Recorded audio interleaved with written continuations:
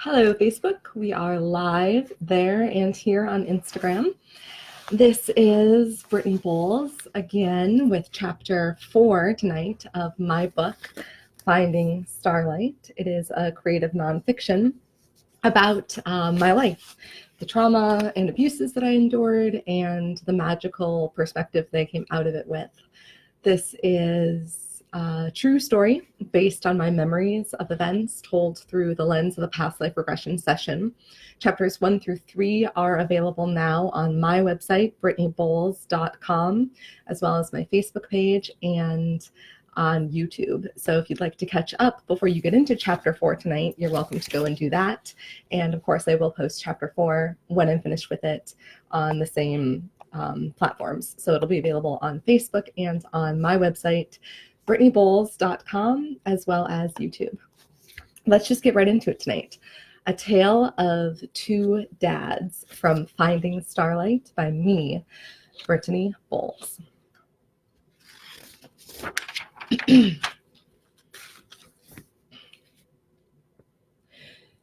Human boy sits alone in his yard, plucks. Let's start over. That was crazy. I just got back from a run. Okay. Chapter 4, Finding Starlight by me, Brittany Bowles, starts now. Human boy sits alone in his yard, plucks grass blades in batches of 5s, interprets clouds as they each pass him by. Chapter 4, A Tale of Two Dads. Trees began to take shape, distinct from the massive green canopy of the forest below. I blinked, clearing my eyes and peering over the iridescent fluff of the cloud as we descended. Coming to stop on the shore of the pool, the cloud tilted to allow me an easy exit. I knelt by the still, glassy water and submerged my hands and arms. I felt clammy and sticky, like I was still covered in salt water and sweat and tears. Oh, and the thirst. I was overcome with thirst. I scooped up the fresh, crisp liquid and drank. When I had enough, I used my wet hands to wipe my eyes and face. Behind me, Fairy Katrina was fluttering around her mushroom. The cloud shrank to its original size and hovered between us. When I was ready, I walked toward them and sat on my poof of moss. "Who was the merman?" she blurted. "I think it was my father's spirit," I said. That's what it felt like anyway. I know his eyes. I've seen some pictures. His family sent me some a while back. I didn't meet them until I was a teenager. I mean, not that I remember. His Aunt Lorraine, my great aunt, told me that I visited for Christmas one year as a baby. Years passed without any contact, though, because most of that side of the family did not accept me and my mom. I even had 3 older sisters whom I had never met. He, my dad, was still married to their mom when he and my mom got together. It's not a very flattering story. She was the nanny, I'm told. Pause. I hear a crazy sound and I think it's my heater, so I'm going to turn it off. Sorry. This is what we get when we do things live. One take, everyone. Okay, so back to the forest, talking to Fairy Katrina about the merman, who I think was the spirit of my deceased dad. "Wait," she interrupted. "Your father was married with children when he met your mom? And she was the nanny? Your father cheated on his wife with your mom? Scandalous, right?" I said. "It sure sounds like a scandal," she agreed. "You said he died before you were born. Was he still cheating on his wife with your mom when he died?" "I can't say for sure if or when there was an affair. The way my mom told it, he was already separated from his wife and living with her.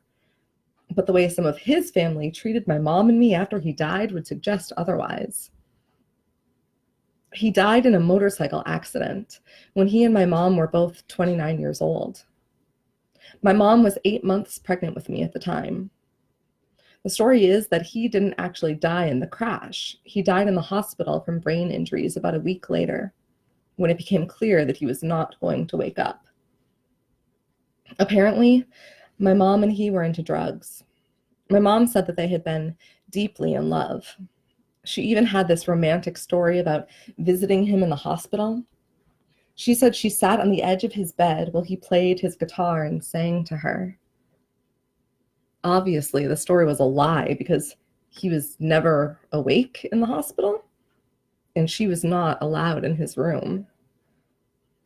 In the end, there was a wrongful death lawsuit. His wife, his mother, my 3 older sisters, and I were the beneficiaries of the settlement. There was a paternity test to prove that I belonged to him, and things got ugly.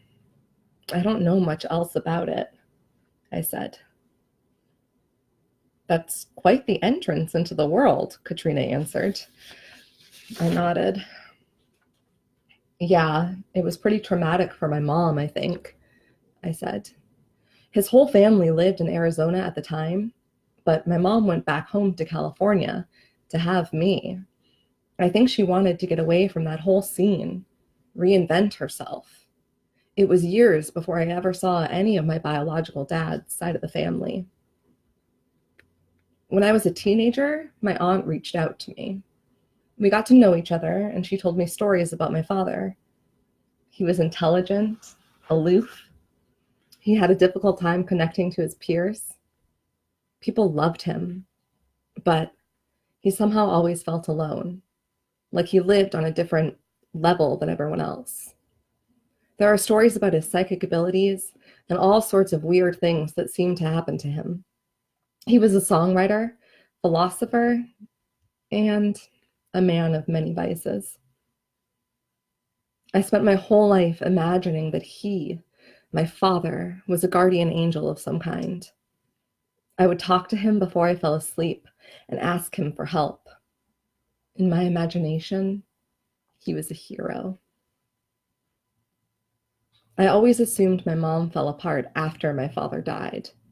From her versions of the story, she had been successful, beautiful, smart, and happy before I came along. So it only made sense that his death was the beginning of her downfall.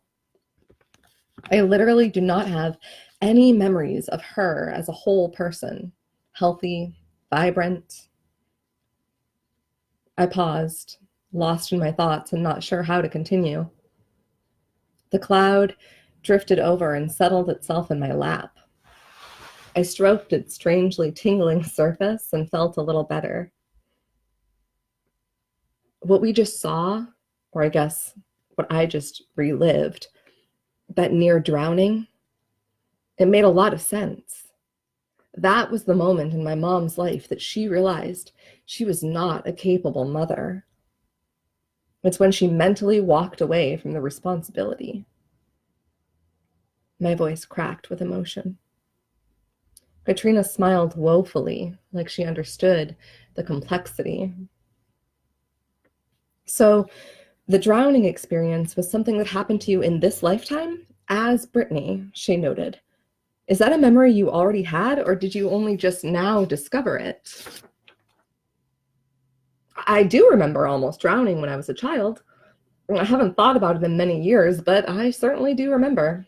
I was boogie boarding because apparently I spent long, unsupervised afternoons at the beach as a kid.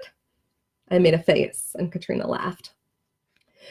A surfer ran me over and got stuck on top of my board.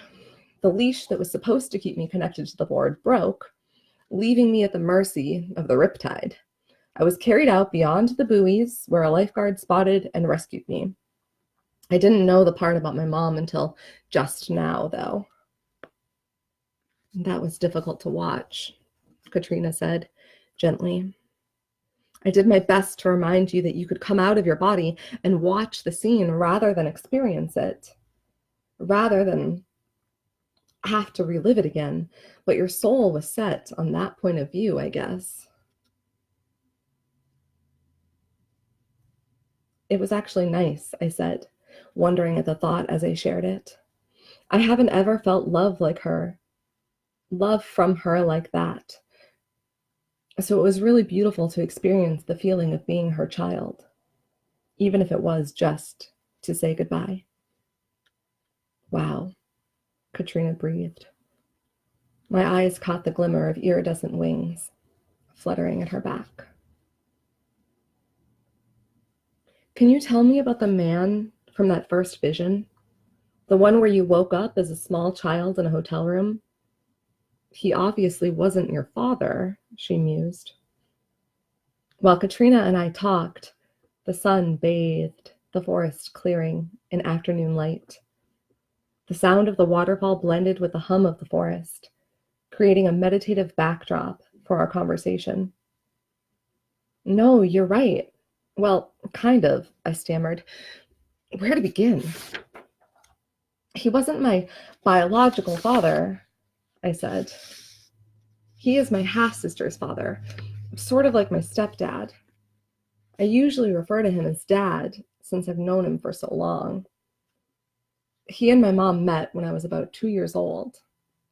They did drugs, meth, heroin, and coke.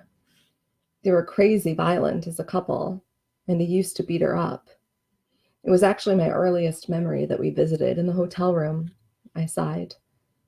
What a wonderful first thing to remember, huh?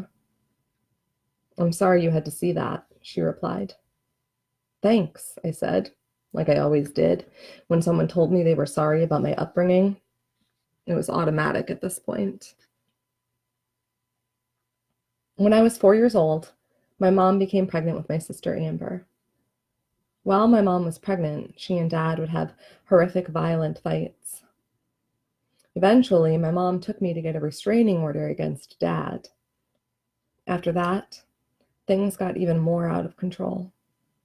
We moved around constantly, living with our boyfriends or family members. We were homeless for a while, staying in hotels, the car, shelters, and whatever. That's when I discovered how much I hate canned vegetables and powdered milk. I started to laugh, but stopped, confused, not knowing how to continue. Katrina said something, but I missed it. What did she just ask me? I said, would you like to visit your early childhood? She repeated, shaking me out of my daze. I suppose so, I said hesitantly. But I'd rather not actually go there like we did the first time. A lot of intense things happened that I don't feel like reliving. I paused, considering my options. Do you even think there's value in revisiting this stuff? You came to this place for insight, to understand what happened to you and why, right? She asked, ever patient and insightful. Yes, that's why I'm here. But I feel like I've already spent so much of my life trying to work through this junk. The abuse, the neglect. And then I get angry at everyone for taking away my childhood. I've never understood why these things were done to me. I guess I just chalk it up to that old adage that the world can be a cruel place and that sometimes things just happen.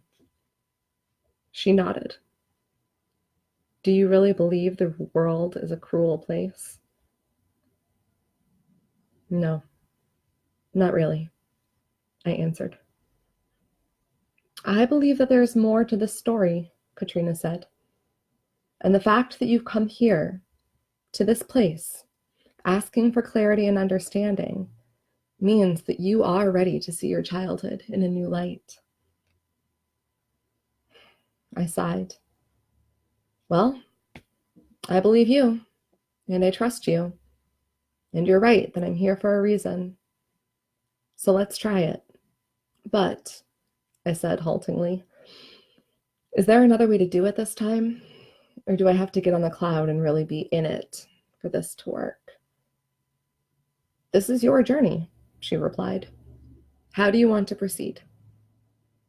I'd like to be able to just see some things, if that's possible.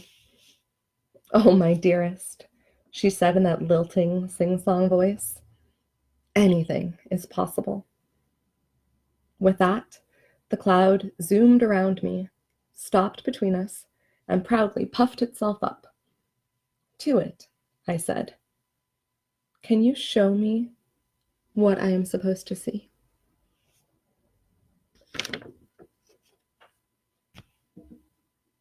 And that concludes chapter 4, A Tale of Two Dads from Finding Starlight. Next week, hopefully with fewer interruptions from the heater, we will get into chapter 5, Dad the Troll, from Finding Starlight by me. Again, this is all just one big shameless publicity stunt. I'm trying to get discovered, trying to get Reese Witherspoon's attention to turn this into a book and a movie for real. So please comment, like, tell me what you think of it, and look for this video to be posted on my website, brittanyboles.com, as well as YouTube, and it will stay up on Instagram and Facebook for a while too. Thank you so much for watching. Thank you so much for joining in this journey and witnessing what I have to say. I'll see you soon. Yes, I do want